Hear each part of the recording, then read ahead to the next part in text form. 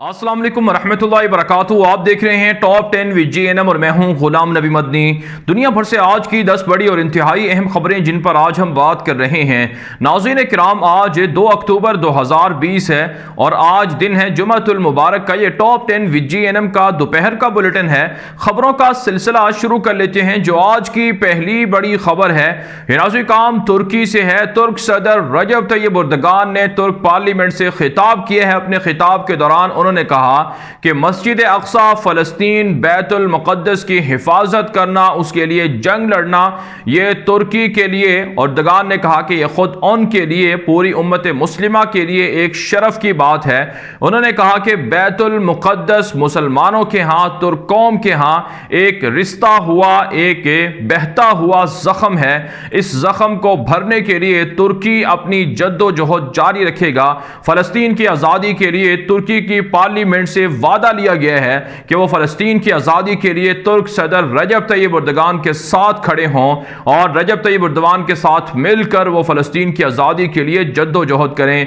नाज़रीन काम, आप जानते हैं इसराइल के यहूदी इस वक्त अरबों के साथ डील करके मस्जिद अक्सा की सौदेबाजी में मसरूफ हैं, खरीदो फरोख्त में मसरूफ हैं, जबकि तुर्क सदर रजब तय्यब एर्दोगान हमास को, अल-फत तहरीक महमूद अब्बास की, इन दोनों को मुत्तहिद करके जो फलस्तीनी क़यादत है उनको एक ही प्लेटफॉर्म पर ला रही है और तुर्की फलस्तीन के अंदर अपने मिशन को तेजी से जारी रखे हुए है और इसराइल के जारहाना अज़ाइम को रोकने के लिए अक़वाम मुत्तहिदा और दुनिया भर के इदारों से राबते कर रहा है, जो यकीनन एक बड़ी फ़ख्र की बात है। सैयदना सलाहुद्दीन अय्यूबी ने सरीबियों से मस्जिद अक्सा को आज़ाद करवाया था। आज अय्यूबी के जानशीन बहुत कम हैं, लेकिन कम अज़ कम उनकी तरह कुछ ना कुछ तो किया जा सकता है। तय्यब एर्दोगान यकीनन सलाहुद्दीन अय्यूबी की तरह अब अपने मिशन को जारी रखे हुए हैं। पाकिस्तान को भी चाहिए कि वो उनका साथ दे। मलेशिया के डॉक्टर महातीर मोहम्मद भी साथ दे रहे थे, लेकिन उम्मत मुस्लिमा को बड़े पैमाने पर मस्जिद अक्सा का साथ देना होगा, मस्जिद अक्सा के साथ खड़ा होना होगा। अगरचे इमारत इस्लामिया की जानिब से, मुल्ला मोहम्मद उमर की जानिब से और मौजूदा तालिबान क़यादत की जानिब से वक्तन फ़वक्तन फ़लस्तीन की हिमायत में बयान सामने आते हैं, लेकिन जब तक इमारत इस्लामिया अमली तौर पर बहाल नहीं होगी, अफगानिस्तान के अंदर उनकी खुद मुख्तार हुकूमत नहीं होगी, तब तक वो बैरूनी जो मिशन है उनमें हिस्सा नहीं ले सकती है।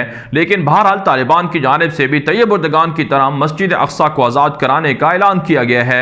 इसके अलावा नाज़रीन काम इतलात सामने आ रही हैं कि तुर्की के वज़ीर ख़ारजा ने दौरा किया था गुज़श्ता महीने माली का, अफ्रीकी ममालिक का, जिस पर उन्हें तनकीद का निशाना बनाया गया कि तुर्की आखिर अफ्रीकी ममालिक के दौरे क्यों कर रहा है और तुर्की क्यों आला सतह की क़यादत को वहां भेज कर वहां मुआहदे करा रहा है। इस पर तुर्क वज़ीर ख़ारजा ने कल एक बयान दिया है कि दुनिया में जहां कहीं बदअमनी फैलाने की साजिश होगी, इनकलाब लाने की कोशिशें होंगी, वहां पर तुर्की पहुंचेगा। तुर्की अपने पड़ोसियों को, तुर्की अपने इत्तेहादियों को, दोस्तों को अकेला नहीं छोड़ सकता है। फ्रांस की, रूस की, इसराइल की, अमेरिका की जो साजिशें अफ्रीकी ममालिक के अंदर हैं, इनको रोकने के लिए तुर्की ने अपने मिशन को शुरू किया हुआ है और तुर्की खिलाफत उस्मानिया के मातहत इलाकों को वापस लेने के लिए सरगर्म है। जबकि नाज़रीन काम यूरोपीय ममालिक का कल ब्रसेल्स के अंदर इजलास हुआ था। इस इजलास के अंदर यूरोपीय ममालिक और उनके जो कायदीन हैं वो तकसीम हुए हैं कि अंकारा पर, तुर्की पर पाबंदियां लगाई जाएं या ना लगाई जाएं। आप जानते हैं फ्रांस और यूनान दोनों मुत्तहिद हैं और उनके साथ कुछ दीगर ममालिक भी हैं जो चाहते हैं कि अंकारा पर, तुर्की पर पाबंदी लगाई जाए। इसके लिए कल इजलास भी हुआ, लेकिन बहुत से यूरोप के ममालिक हैं जो तुर्की के साथ ताल्लुकात रखते हैं, जिनमें इटली सर फहरिस्त है। उसने पाबंदी की मुखालफत की और कहा है कि तुर्की पर यूरोपीय ममालिक पाबंदी नहीं लगा सकते हैं। जिससे वाज़ेह होता है कि तुर्की की बालादस्ती अब यूरोप भी तस्लीम कर रहा है और यूरोप भी तुर्की के सामने अब एलानिया तौर पर धमकियां तो दे सकता है, लेकिन पाबंदियां लगाने से डरता है। यह तुर्की की एक बड़ी कामयाबी है और यकीनन तुर्की को उम्मत मुस्लिमा की क़यादत का हक हासिल है। जो मुसलमान मुल्क भी उम्मत मुस्लिमा के मुश्तरका मसाइल के लिए जद्दोजहद करेगा, उम्मत मुस्लिमा के लिए लड़ाई करेगा, वो यकीनन उम्मत मुस्लिमा का हीरो शुमार होगा। आगे बढ़ते हैं जो आज की दूसरी बड़ी खबर है, ये चीन और भारत के दरमियान जंग और तनाव के हवाले से है। नाज़रीन काम ताहाल लद्दाख के अंदर कशीदगी जारी है। चाइना की जानिब से भारी फौजी साजो सामान मुंतकिल किया जा रहा है। फौजों में इजाफे का सिलसिला भी जारी है, भारतीय इलाकों में कब्जे का सिलसिला भी जारी है, लेकिन भारतीय मीडिया हक़ाइक़ छुपाता है, अवाम को हक़ाइक़ नहीं बताता। अब एक बड़ी खबर सामने आई है कि 7वीं बार आला फौजी कमांडर्स मुलाकात करेंगे भारतीय फौज के चीनी हुकाम से और और उनसे मुआहिदा करेंगे कि लद्दाख के अंदर वो अपनी फौजें पीछे हटा ले। इस तरह की पहले भी दर्जनों मुलाकातें हो चुकी हैं, लेकिन मुलाकातें बेसूद रही हैं और अब भी ये मुलाकात कोई नतीजा खेज नहीं निकलेगी, महज अवाम को धोखा देने के मुतरादिफ है। जबकि नाज़रीन इत्तला सामने आ रही हैं, भारतीय मीडिया पर यह रिपोर्ट नशर हुई है कि भारतीय फौज परेशान है कि चीन के साथ जो भारत की जंग या चपकलश या तनाव है, इससे भारतीय फौज को काफ़ी अखराजात बर्दाश्त करना पड़ रहे हैं और गुज़श्ता 5-6 महीनों के दौरान भारत को $15 अरब से ज़ायद का असलहा खरीदना पड़ा और भारत को बड़े पैमाने पर नकलो हमल के लिए काफ़ी अखराजात बर्दाश्त करना पड़े। अब इन अखराजात को आइंदा साल के बजट में कम से कम किया जाएगा।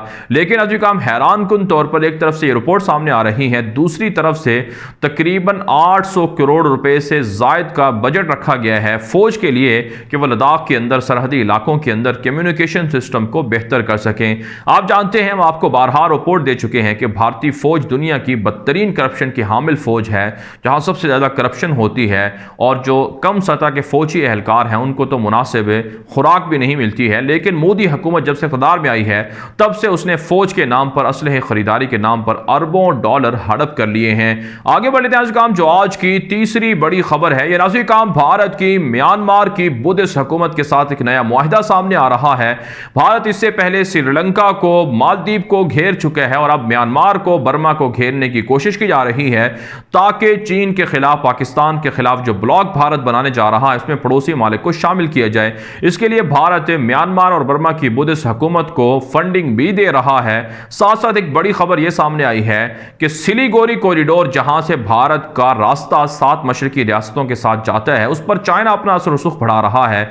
मुतबादल रास्ता नहीं है भारत के पास, लेकिन अब भारत म्यांमार की बुद्धिस्ट हुकूमत से एग्रीमेंट कर रहा है, मुआहिदा कर रहा है ताकि सिलीगुड़ी कॉरिडोर के मुतबादल के तौर पर उन्हें समंदर से, पोर्ट के जरिए से रास्ता मिल सके और मशरकी रियासतों तक वो जा सके, ताकि चाइना अगर हमला भी करे सिलीगुड़ी कॉरिडोर पर तो मुतबादल रास्ता हो जो बर्मा के जरिए से मशरकी रियासतों को, भारत की मशरकी रियासतों को जाए। इसके लिए मुआहिदा सामने आया है, कल बाकायदा इसके लिए एक मुलाकात भी हुई है। और आज काम हमारी इतलात ये हैं कि भारत जो रियासत रखाइन है, जहां पर रोहिंग्या मुसलमान आबाद हैं, वहां मुसलमानों की नस्ल कुशी के लिए बर्मा की बुद्धिस्ट दहशतगर्दों को असलहा भी फराहम करता रहा है, उन्हें बाकायदा ट्रेनिंग भी देता रहा है और भारत के जरिए ही से रोहिंग्या मुसलमानों को निकाला गया है। यहां तक कि रोहिंग्या के जो महाजरीन मुसलमान थे, अगर वो भारत आने की कोशिश भी कर रहे थे तो उन्हें गोलियां मारकर बॉर्डर पर ही शहीद कर दिया जाता था। और इस वक्त भी भारत के अंदर मौजूद कई ऐसे रोहिंग्यन खानदान हैं जिनको हिरासा किया जा रहा है, जिनको तशद्दुद का निशाना बनाया जा रहा है। इससे आप समझ सकते हैं कि भारत की मोदी दहशतगर्द हुकूमत वो सिर्फ पाकिस्तान की या चीन की दुश्मन नहीं है, बल्कि वो हिंदू तवा नजरियात की हामिल, एक मुतासिब, शिद्दत पसंद, दहशतगर्द नजरियात की हामिल हुकूमत है। और उसकी जो बीजेपी जमात है, जो RSS के गुंडों के साथ उनका इल्हाक है, सिर्फ सीना के साथ जो उनका इल्हाक है, ये सारे के सारे मुश्तरका तौर पर दुनिया भर से मुसलमानों के इक़्तिदार को, मुसलमानों को ख़त्म करने की मुहिम पर हैं। यानी जैसे यहूदी और सलीबी चाहते हैं वैसे ही इनके नज़रियात और अकायद हैं। इसलिए मुसलमानों को भारत की मोदी दहशतगर्द हुकूमत के खिलाफ मुत्तहिद होना चाहिए। आगे बढ़ लेते हैं काम जो आज की चौथी बड़ी खबर है, ये पाकिस्तान से है। भारत के जासूस कुलभूषण जाधव को फांसी देने के लिए जो नजर सानी की दरख्वास्त है इस मुकदमे की, उस पर 6 अक्टूबर को बेंच फैसला सुनाएगा, बाकायदा मुकदमे की समाअत कर रहा है। भारत ने वकील खड़ा करने की, वकील लाने की कोशिश की थी, लेकिन पाकिस्तान ने एक बार फिर भारतीय दरख्वास्त को मुस्तरद कर दिया है और भारतीय जासूस के लिए वकील पाकिस्तान ही से खड़ा करने या लाने की कहा गया था, लेकिन भारत ने इस दरख्वास्त को कबूल नहीं किया और भारत खुद अपने जासूस कुलभूषण जाधव को फांसी दिलवाने के लिए कोशिशें कर रहा है। और पाकिस्तान की भी ख्वाहिश है कि भारत की मौत वाक़ई की जाए, दुनिया भर के अंदर सर्टिफाइड भारत के जासूस को फांसी देकर। इस हवाले से जो मुकदमे की पैरवी है वो तेजी से शुरू हो चुकी है। दूसरी जानिब ऐसी काम खबर सामने आ रही है कि भारत की वजारत खारजा ने पाकिस्तान के साथ ताल्लुकात बेहतर करने का बयान दिया है और कहा है कि वह पाकिस्तान के साथ ताल्लुकात दोबारा से कायम करना चाहते हैं। पड़ोसी किसी मालिक के साथ बाहमी सतह पर, बराबरी की सतह पर। लेकिन आप जानते हैं भारत जैसा दहशतगर्द, मक्कार और चलाक मुल्क कैसे पाकिस्तान के साथ ताल्लुकात कायम कर सकता है, और पाकिस्तान कैसे इस दहशतगर्द के साथ अपने ताल्लुकात कायम कर सकता है जो निहत्ते कश्मीरियों का कातिल है, जिसने 12 से 14 महीनों से कश्मीरियों पर लॉकडाउन किया हुआ है, मुहासरा किया हुआ है। ऐसे दहशतगर्द के साथ दुनिया के किसी मुल्क को भी ताल्लुकात नहीं बनाने चाहिए। और फिर पाकिस्तान जानता है भारत की साजिशों को, इसलिए बहुत से लोग तो ये भी मुतालबा कर रहे हैं कि पाकिस्तान को सफारती ताल्लुकात भारत के साथ खत्म कर लेने चाहिए और मिशन को बंद कर देना चाहिए। आगे बढ़े नाज़रीन, जो आज की 5वीं बड़ी खबर है नाज़रीन, ये भारत के अंदर पाकिस्तान के हाफिज सईद और उनके दीगर साथियों पर एक नई चार्जशीट जारी की है और कहा गया है कि वो मनी लॉन्ड्रिंग के जरिए से भारत के अंदर दहशतगर्दों की हिमायत कर रहे थे, लिहाजा वो दहशतगर्द हैं। इससे पहले भी भारत इसी तरह के दावे करता रहा है, लेकिन दुनिया भर के मीडिया ये रिपोर्ट दे चुके हैं कि जो खरबों डॉलर की जो मनी लॉन्ड्रिंग पकड़ी गई है मुख्तलिफ बड़े आलमी बैंकों से, उनमें 44 के करीब भारतीय बैंक भी मुलव्वस हैं। यानी भारतीय बैंक भी $1 अरब से जायद की जो रकम है वो मनी लॉन्ड्रिंग के जरिए से दहशतगर्दों को पहुंचा चुके हैं, कुलभूषण यादव जैसे दहशतगर्दों को फराहम की जा चुकी है। फिर पाकिस्तान के खिलाफ भारत किस तरह से दावा करता है कि हाफिज सईद को या दीगर लोगों को पाकिस्तान के जरिए से या बैरूनी दुनिया से मनी लॉन्ड्रिंग के जरिए से दहशतगर्दी के लिए फंडिंग दी जाती है। हालांकि पाकिस्तान पर पहले ही FATF के जरिए से भारत ने प्रेशर डाला हुआ है, लेकिन FATF जैसा बदनाम जमाना इदारा भी भारत की जो मनी लॉन्ड्रिंग है उस पर एक्शन नहीं लेता है। इसका दूसरे लफ्जों में मतलब यह है कि दुनिया की पूरी ताकतें भारत के हिंदू दहशतगर्दों की हुकूमत के साथ हैं ताकि वह मुसलमानों के खिलाफ लड़ सकें। जबकि नाज़रीन, खबर यह है कि माओ नवाज अलहदगी पसंदों के हमले बढ़ चुके हैं। 15 के करीब भारतीय पुलिस एहलकार गुज़श्ता 30 दिनों के दौरान हलाक हो चुके हैं और मजीद भी भारत की मशरकी रियासतों के अंदर अलहदगी पसंदों के हमले बढ़ेंगे। भारतीय हुकूमत को खुफिया इंकिशाफ हो चुका है, खुफिया रिपोर्टें जारी की जा चुकी हैं। आगे बढ़े नाज़रीन, जो आज की छठी बड़ी खबर है यह अमरीका से है। नाज़रीन, अमरीकी फौज के महकमा दिफा पेंटागन ने एक ताज़ा रिपोर्ट जारी की है जिसमें कहा गया है कि 500 के करीब अमरीकी फौजी गुज़श्ता 12 महीनों के दौरान खुदकुशियां कर चुके हैं। 2019 के अंदर अमरीका के 500 फौजियों ने खुदकुशियां की हैं। नाज़रीन, ये सरकारी आदाद शुमार हैं, लेकिन जो दूसरे आदाद शुमार हैं वो 500 नहीं बल्कि 5000 के करीब हैं। यानी 5000 अमरीकी फौजी खुदकुशियां सालाना कर रहे हैं। नाज़रीन, आप जानते हैं इराक की जंग में, अफगानिस्तान की जंग में लाखों अमरीकी फौजियों को उतारा गया था और जो वापस आने वाले सैकड़ों फौजी हैं वो इंतहाई डिप्रेशन का शिकार हैं और इस वक्त भी जहनी अमराज से वो लड़ रहे हैं। और इतलात ये हैं कि सैकड़ों जो फौजी हैं अमरीका के अफगानिस्तान और इराक से वापस आने वाले वो खुदकुशियां कर चुके हैं। इससे वाज़ेह होता है कि अमरीकी फौज जो दुनिया के अंदर बदमाशी करती रही, बदमस हाथी की तरह लड़ती रही, अब उनका अंजाम किस कदर इबरतनाक होता है। मेरे अल्लाह का वादा है कि दुनिया के अंदर जालिमों का अंजाम हमेशा इबरतनाक होता है और मजलूमों की जो आहें हैं वो अल्लाह के अर्श को जब हिलाती हैं तो जालिमों का अंजाम इससे भी भयानक होता है। वो खुदकुशियां नहीं, बाउले कुत्ते की तरह वो पागल हो जाते हैं और अमरीकी फौजी बिल्कुल इसी तरह हो चुके हैं। आगे बढ़ने काम जो आज की 7वीं बड़ी खबर है ये अमरीका और अलजायर के ताल्लुकात के हवाले से है। नाज़रीन, 2006 के बाद पहली मरतबा तकरीबन 14 साल के बाद अमरीकी वजीर दिफा मार्क एस्पर ने अलजायर का दौरा किए हैं। अफ्रीका के शुमाल में ये अरब दुनिया का, मुसलमान दुनिया का एक बड़ा मुल्क है अलजायर, वहाँ पर दौरा किया है अमरीकी वजीर दिफा मार्क एस्पर ने और अलजायर की हुकूमत के साथ, फौजी अहदेदारों के साथ मुलाकातें की हैं और कहा है कि अमरीका अलजायर के साथ अपने ताल्लुकात को दोबारा बहाल और मुस्तहकम करना चाहता है। आप जानते हैं अलजायर के अंदर फ्रांस का गलबा रहा इस्तेमारी दौर के अंदर, लेकिन अब अलजायर स्टेबल हो रहा है और अलजायर की हुकूमत मुसलमान हुकूमत है और वो इस्लामी मामलात में, मुसलमानों के मसाइल में सबसे आगे रहती है। फ़लस्तीन के हवाले से अब्दुल मजीद तब्बून जो वहाँ के सदर हैं वो दो टोक ऐलान कर चुके हैं कि वो अलजायर किसी भी सूरत इसराइल को तस्लीम नहीं करेगा। अब नाज़रीन, लालच दी जा रही है अलजायर को कि इसराइल को तस्लीम किया जाए, प्रेशर भी दी जा रहा है। 90% से ज़ायद असलहा अलजायर रूस से ख़रीदता है। अमरीका ने कहा कि वह असलहा भी देगा लेकिन उनकी बातों को माना जाए, अफ्रीका के अंदर उनके असर रसूख में मदद की जाए। लेकिन अलजायर ने अमरीकी वज़ीर दिफा को दो टोक अंदाज में कह दिया है कि वह बराबरी की सतह पर ताल्लुकात कायम कर सकते हैं लेकिन गुलामी या जारियत को किसी भी सूरत बर्दाश्त नहीं करेंगे। आगे बढ़ लेते हैं जो आज की 8वीं बड़ी खबर है। ये नाज़रीन, इसराइली मोसाद एजेंसी के चीफ ने दौरा किया है, सरबराह ने दौरा किया है बहरीन का और बहरीन के साथ सिक्योरिटी नोयत के मुआहदे किए हैं। कहा जाता है बहरीन के अंदर ईरानी सिपाही पासदारान इनकलाब हमले या दहशत गर्दाना कार्रवाइयाँ करवाना चाहती हैं।